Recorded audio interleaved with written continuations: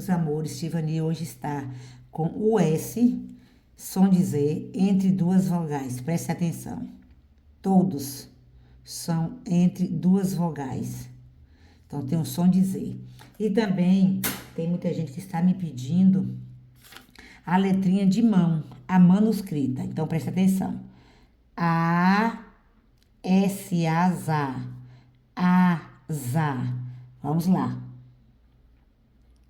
A, S, A, Z. A, Z. Tem muita gente me pedindo. M, E, Me. S, A, Z. Me, za. M, E, S, A, Z. Que era para ficar abertinho, mas o hidrogol tá bem grosso. Mesa. M, U. Acento agudo no U. Mu.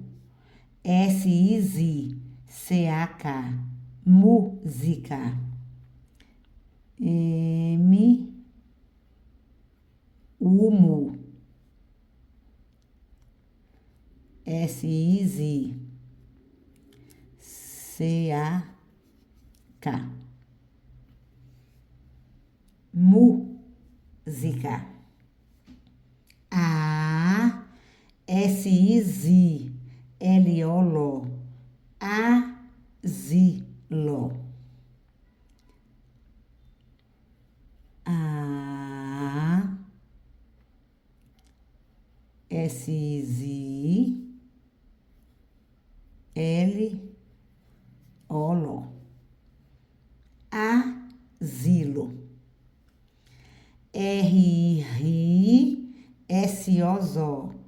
Riso. R, I, Ri. S, O, Zó. Riso. C, A, K. S, A, Z. Casa.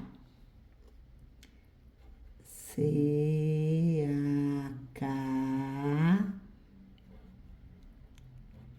S, A, Z. Casa. D, E, D. S, E, Z. J, O, Jó. Desejo.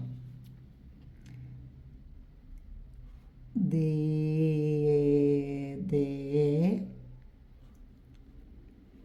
S, E, Z. J, O, Jó. Tá ficando bem juntinho por conta do hidrogol. Desejo.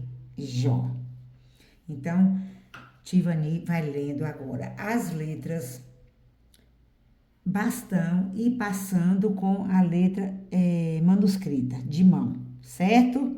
Então, vamos ler aqui com Tivani. Asa, mesa, música, asilo, riso, casa, desejo. Então, turminha, vocês prestaram atenção, né? Toda vez que estiver entre duas vogais, tem um som de Z. Mais pra frente eu vou explicar mais, certo? Fique com Deus. Até uma próxima aulinha.